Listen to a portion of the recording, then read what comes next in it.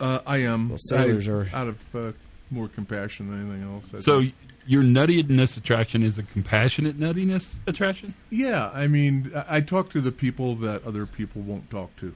Okay, that's probably good though. I mean, that's a good thing.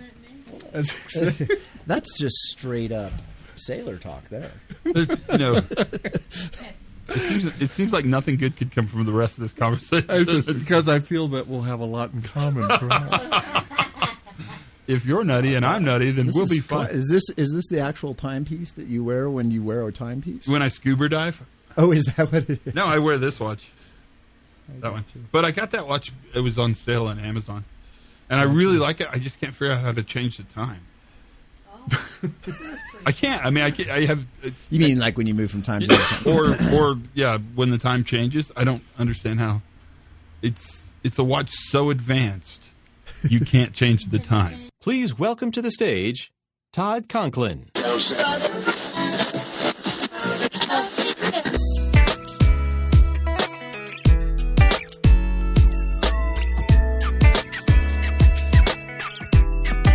Hello, everybody, and welcome to the Pre-Accident Podcast. I am your host, Todd Conklin. What do you think about that fancy welcome to the stage, huh? I just spoke at a meeting where they played those for everyone that went on stage, and I was so excited the whole day. I listened to welcome to the stage, Joe Johnson, welcome to the stage, Matt Comfer, welcome to the...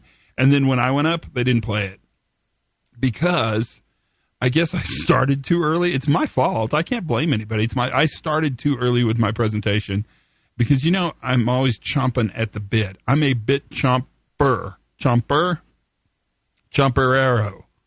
I don't know what it's called. Anyway, this is the podcast. I'm glad you're here. It's been nothing but exciting. I'm telling you, nothing but exciting the last couple weeks. I have had the best time at a whole bunch of places with a whole lot of people, and it's been so much fun to see everybody and to get out and to hang out with you and to have a good time.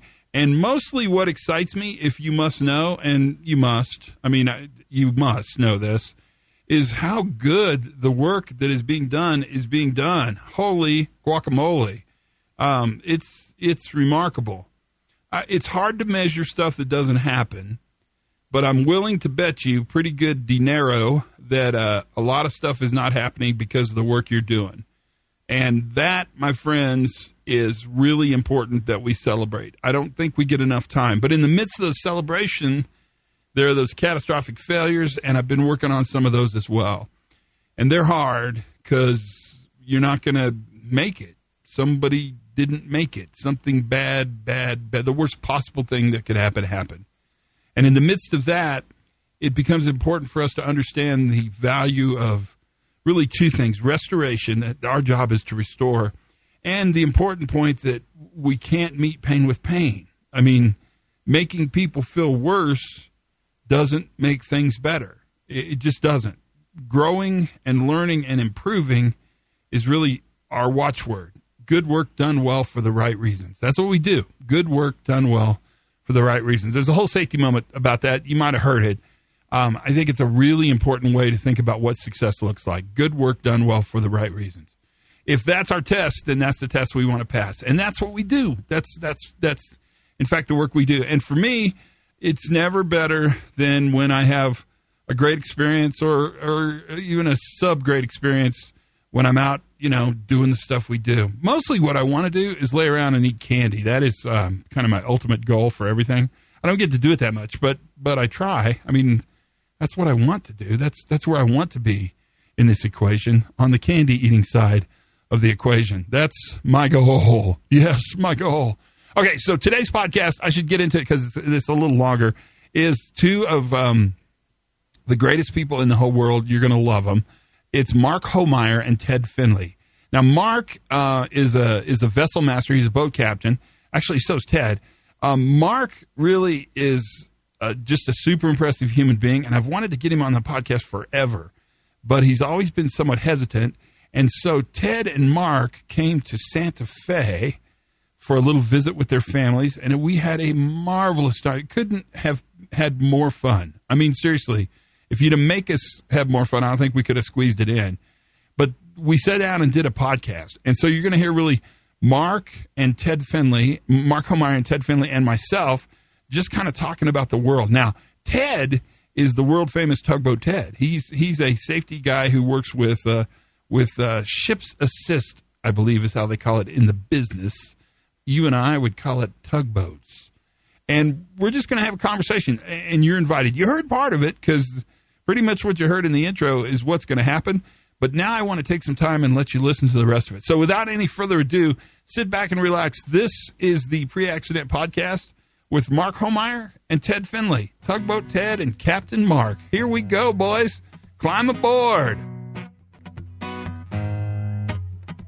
What are your burning safety issues? What do you think about the journey you've been on? Maybe that's a good way to start this conversation.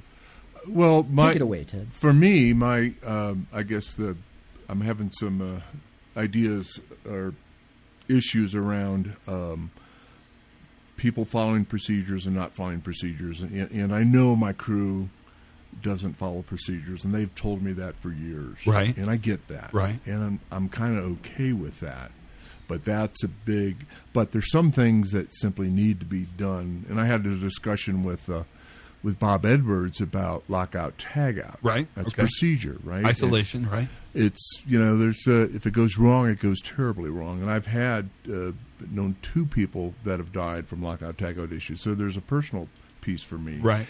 And the crew often just don't see the importance of following that whole control of work process. Well, so when we get vetted by people, they want to make sure that you've got a robust permit to work system. Right. It's like these are things that we just can't, we're not going to negotiate. Well, so let me ask this question: what's the purpose of lockout tagout? Well, for me, the purpose of lockout tagout is to have a control that prevents hazardous energy. Right. So it isolates the energy away from the worker, right? Yeah. So the crazy thing about the procedure for lockout tagout is that even if best done, a procedure will never isolate, right? Sure. It's just a formal record of how we want the work done. Right. And so you have to ask this question: does lockout tagout exist in procedural adherence, or does it exist in verification of energy? In many cases, neither. So that's, they'll hit a breaker, but right. That's as far as they'll go. Right. But they think that's sufficient. Mm-hmm. Right. So if you changed a switch in your house, how would you lock it out? Just a light switch, just like the switch that runs your bathroom fan, which, Ted, I'm imagining works really hard in your house. I don't know this, but it seems like that's something that you're good at. Yeah, it gets a lot of work. Yeah, that's okay. So if you're going to change that switch, how would you lock that out? Well, I have to admit, I would just hit the breaker down below because it's just my wife and I. And the reason is you'd hit the breaker is it's actually a sufficient isolation of the energy. Sure. Right? If everything goes well. Right? If you find other energy or you change the wrong switch. But a switch leg is not terribly dangerous. True. Right? I agree. And so what happens is that the guys are constantly matching what they think is an appropriate level of control with the risk that they think they see. Now, your question, which is really a great question and a pretty good place to start this discussion, is does the lockout tagout formality actually create more safety? No, I would say the isolation is what creates the safety. Right. The process is more, I think, to cover your your butt. And yet the consequences really can be really serious. You can die. Right, so we know the consequence is really high, but I think maybe we can. I mean, maybe if your guys. So first of all, if your guys tell you they don't follow the procedure, that's probably a good thing, not a bad thing, because they're being honest with you. Actually, I think that's and they will be. Yeah. I think that speaks remarkably highly, because it's much easier to tell you, of course, we follow the procedure every time, because then the payoff is you go away, and they get to do work any way they want to. But they're honest with you, which they know is probably going to lead to another discussion, right? But if they're not following the procedure, maybe the better question to ask is the procedure followable? Is our lockout tagout process practical? Does it make a difference to the way we do work? Well, we actually reduce the procedure because we have crews of 4 working, and really only 2 are up at any one time. So one is driving the boat, the other one would be locking something out. There's literally nobody else that could flip Right. that switch back on. But we've had instances where they haven't flipped the switch at all, and they're working on something, and somebody comes in. The captain could start a generator, for example, from the wheelhouse, and start a generator that should have been locked out to prevent that from happening. So introduce yourself to us, Ted. My name's Ted. I work for Just Ted. It's only Ted. Tugboat Ted. Oh, Tugboat Ted. Okay. He's owning it. That's right. He is the Tugboat Ted. I'm Ted Finley. I work in the shipping group, and my role there is safety as well as the shoreside advocate for crew members around safety and environmental issues. And then I do something called ops integrity. It's kind of our own term to talk about compliance within our management system. I actually really like the phrase ops integrity. I mean, I think that's encompassing of everything: reliability, resilience, safety, environmental, all the things that really matter to you guys. Quality, resilience, all the things you do. And you work mostly in ships assist, right? Well, now it's expanded a little bit. I've got offshore tugs that work in the oil field down in the Gulf, up in Alaska, as well as the ship assist group that's the entire West Coast. But it's tugboats. Tugboats. Gotcha. Yeah. That's good. And Mark, introduce yourself as well. My name is Mark Holmeyer, and I actually also work in the same group, shipping. I look after ships and articulated tug and barge units, and my group is really involved in the transportation of petroleum products. That's really by and large. So really, I mean, my title is Director of Marine Operations, but I feel like I'm really a facilitator. I'm looking to facilitate safe and effective operations, safe and reliable operations. Yeah, those are important words. What's your feeling? Because the consequence in your world around energy isolation is actually even more significant. What's your feeling about this idea of procedures and lockout tagout? What do you feel about procedures? What's interesting is you kind of have two ends of the spectrum. So I don't mean to jump into Ted's world here, but that group does a ton of evolutions of the process, right? So it's, in their work, so they do thousands of these evolutions in a year, whereas a crew on a tanker would do fewer of the evolutions, and there are more people. So, but you know, when I was listening to you have this conversation, what stuck out to me is, for me, control of work processes.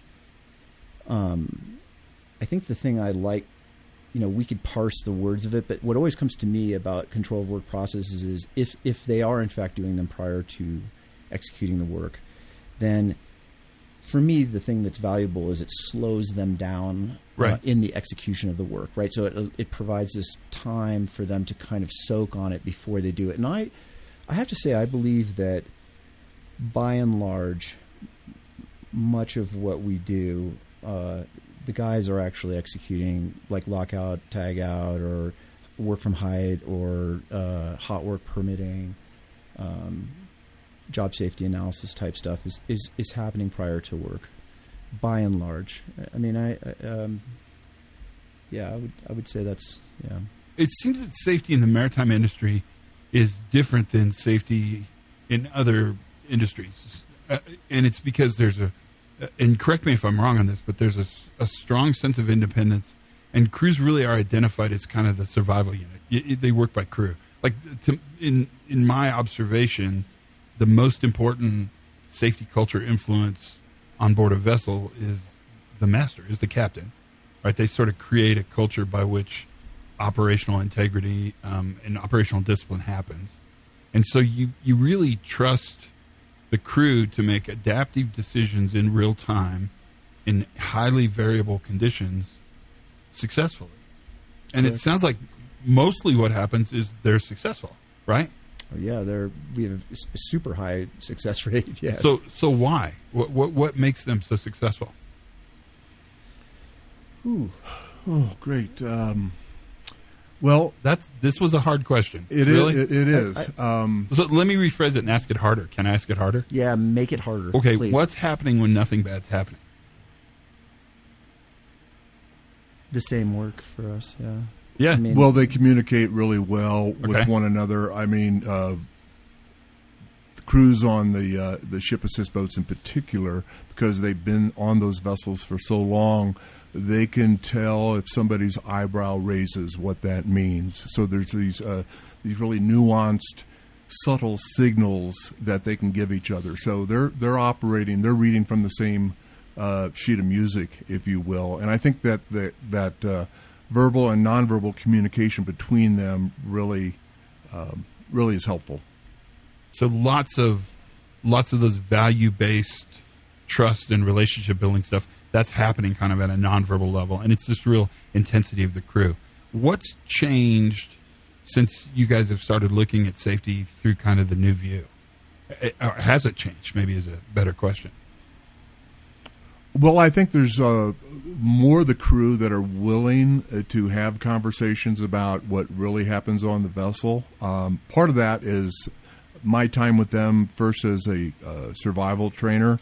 Over about a 10-year period, I developed a sense of trust with them. They would tell me things in class that they may not be telling their bosses, right? And I think for the new view and that approach to be successful, people have to trust that they're not going to get in trouble for telling you the truth about what is really happening in the work environment. Is that new?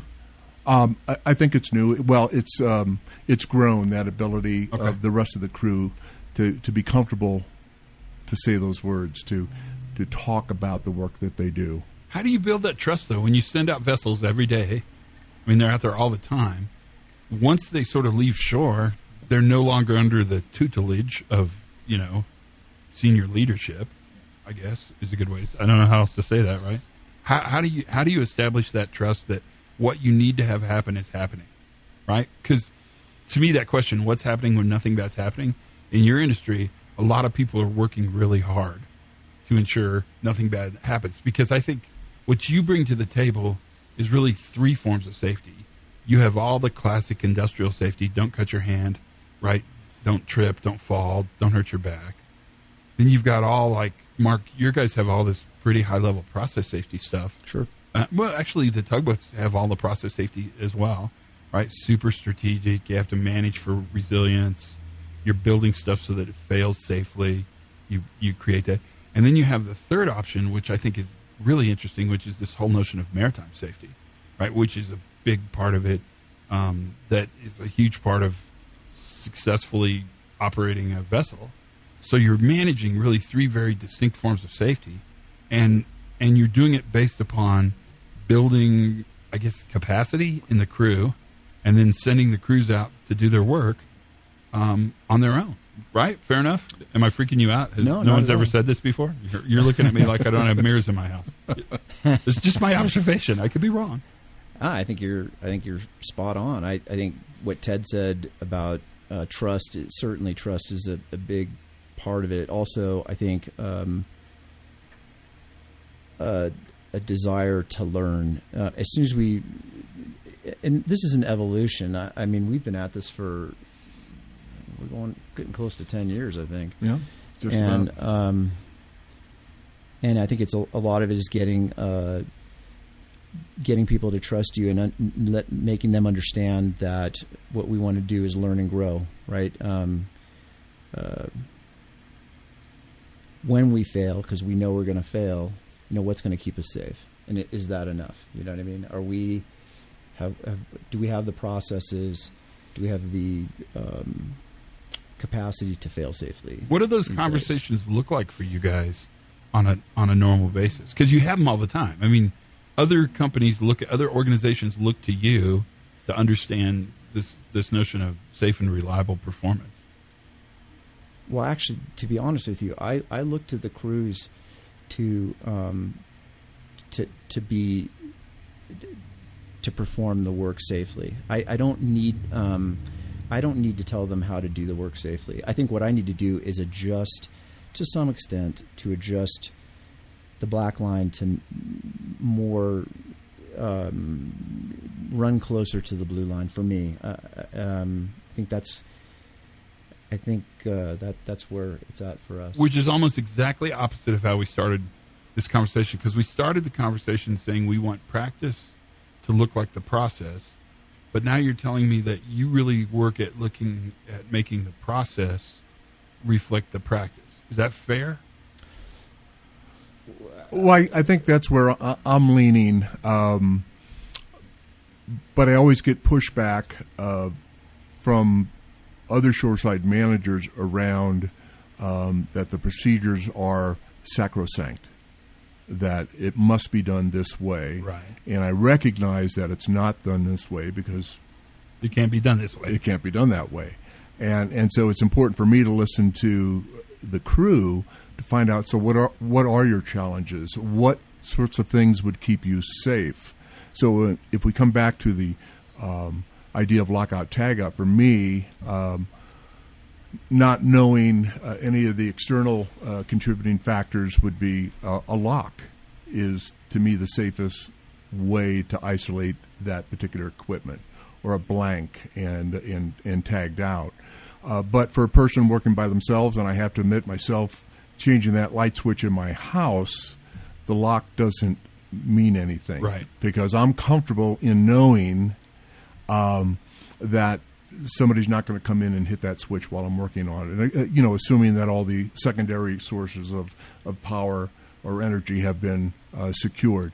But I don't have that sense or that comfort thinking about the crews away from shore of what the various scenarios might be that are at play out there. Right, and you can probably never are they imagine thinking them all. Through that? Yeah, you can probably never imagine all the scenarios. Like, that's the crazy thing about your guys' work is that you just couldn't imagine all the variability. I mean, you don't know what'll fail next, but something will fail. Maybe the question I'd ask you, and this is a question I think you guys are quite comfortable with, you're just very humble, is when they do an isolation activity successfully, what happened? I mean, right? So if the goal is to keep the energy from the target, from either the person or the environment or whatever, how do they do it so successfully so much of the time? Is it luck, or is it actually just skill, just years of building sort of strong crew cultures and functioning as a effective crew? Yes. I know. I'm like wondering who's interviewing who. I'm a little blabby today. Well, I think it's a little bit of both, but they know their business, right? They are pros at what they do. Very much so. Yeah. They're some of the best in the world at what they do, and that's why we can. When Mark was working with our team, we had close to 16,000 evolutions. And I think we had one OSHA recordable, no LTIs, and that was cause for celebration. But the other side of that is, wow, but something could still happen. Well, see, that's what's fun talking with you guys, is that organizations that are quite reliable don't feel reliable. They don't act reliable. Yeah. And I actually think that's a huge compliment for you guys. It's a little left-handed. Not that I'm anti-left-handed. Don't get me wrong. I love left-handed. Some of my best friends are left-handed. Let's get that out there. But organizations that are really reliable don't take that for granted. They always are thinking, what could fail next? What's going to happen next time? We're good this time, but what happens next time? And that's part of what you guys both bring to your operations, for sure. Well, that's a change for me. I think before my introduction to New View, that would have been cause for celebration and, pop the cork on the champagne. But now I think, that's, fatalities hide in successful work. Right. And I need to constantly be looking at those areas where there may be risk or danger for the crew and identify what those are. And all I can do is learn more from the crew to find out about the system that they work in. So really the crew is an important resource. They're not the problem. They're the solution, right? Yeah, because I don't do their work. Yeah. I don't know it the way that they know it intimately. And so I constantly learn from them. Which is why I want to be open to this idea of control of hazardous energy to find out what really will, in fact, work, and is that enough? Yeah. So let me ask this question. You guys flip a coin to see who goes first. What do you think has been the most important lesson you've learned on this journey the last 10 years? Mark, you won. Wow, that was a good coin flip.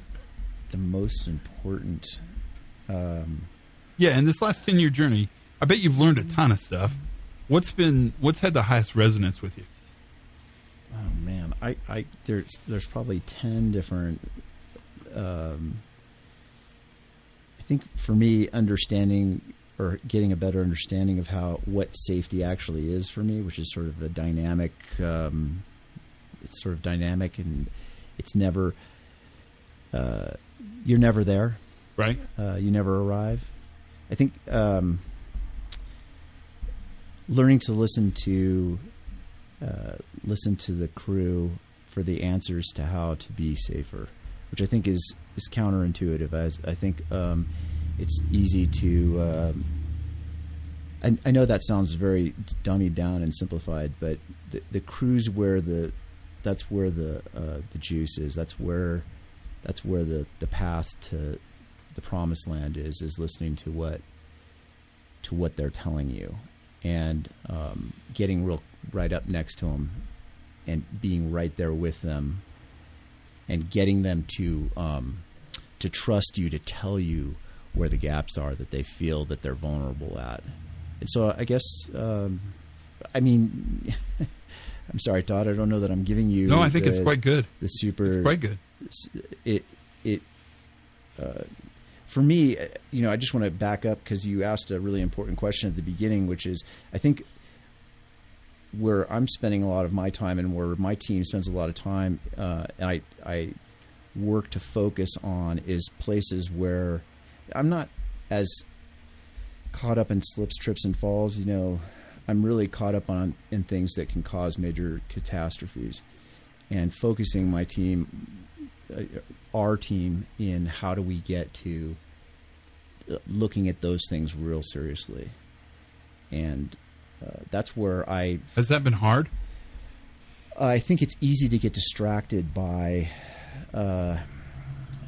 slips, trips, and fall type stuff. I think that's very distracting, and it sucks up a lot of bandwidth to focus on that. And of course, listen, we want everybody to have 100% safe evolution when they come on board and spend time. But what I really want to make sure is that they aren't seriously injured or killed. Yeah. And I think that's where reliability lies. But I think that there's a lot of training around. I think slips, trips, and falls focusing on that too much can kind of take your head out of the game. I agree. I actually think it creates a bias towards managing the wrong things. Yeah, so maybe if I guess as we kind of talk this, kind of parse this out a little bit, I think it's understanding what's really important, and not getting too focused on statistical solutions, and being comfortable with there's a certain amount of low-level noise that happens, and you just got to accept that low-level noise and keep your eyes open for the big stuff that can really change things. Wow. So, thanks. That was great. Ted, what do you got? Follow that. I think for me, that'd be easy. It's the notion of listening to the crew, and this is around the two fundamentals of error is normal and blame fixes nothing. Right. We had, and again, I give Mark credit, when he came over to our group, we really began in earnest to apply the principles of New View. And we had an investigation, and we took the learning team approach. And I asked one of the mariners involved, I said, so what did you think of this approach? And he said, without hesitation, I've never been treated so kindly in my life. And that, it just floored me. Here's a person that still has his job, and he's going to be able to, he's the world's expert on that incident. Yeah. And what to do and what not to do. Yeah. And he's going to tell that story, as is the tradition in the maritime field. Absolutely. Is passing this wisdom down from crew to crew. And he's now, he's just a great guy. He was a great guy before it happened. He's an even better guy now that he's been treated fairly. And he's more valuable to the company. And he's more valuable to the company because he's an expert. Well, and he's an expert in that failure mode. In that failure mode, exactly. And so that was a really big learning for me. And when I find that there's a lot of, I think we carry these biases, and many of us are often willing to jump to blame first. And when you go there, you don't learn anything. And that's the key, is if you're... Yeah, it shuts you down. If you open yourself up, there's so much you can learn. The beginning of wisdom is to admit you know nothing. Yeah. Right? Yeah. Yeah. And I think that's really the biggest thing for me. If I were to rewrite those 5 principles, I would not say blame fixes nothing. I would say blame stops improvement. Right. Yeah. Yeah, there's a lot of things that go on in your mind that flip the whole story around and change it so that it's not valuable. Yeah, it becomes almost completely unvaluable. Thanks, you guys. Did you have a good time in Santa Fe? Loved it. What was the highlight?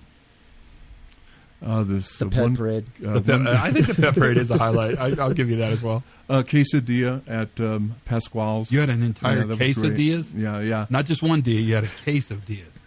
Wow. Yes, I had a whole case. A case of Diaz. Case of Diaz and Pasquale's and the pet parade. Pretty good. Thanks for your time, you guys. You were amazing. So that's all she wrote. That's the podcast for today. Thank you, Mark Homeyer and Ted Finley, Tugboat Ted and Captain Mark. You guys are a great group of seafarers to have a conversation with. Did I say that correctly? I could have said so many different things. Imagine what I could have said, but I said it that way. And that is pretty much our time together. I wish we had more, but I'm already 2 minutes long, so I'm long already. So sorry, I owe you 2 minutes. I'll make it up for you, I promise. Until then, my friends, keep listening to the podcast. Tell your friends. Thanks for subscribing. Thanks for writing reviews. That's made a huge difference. Our numbers are gigantic. You know that, right? We have millions and millions and millions of... Do you know this? We have like 32 million downloads of this dumb podcast. I'm not even making that up. That's not even made up. That's just crazy. And I don't really understand how it all works, but we can talk about it later. Until then, my friends, learn something new every single day. Have as much fun as you possibly can. And for goodness sakes, be safe.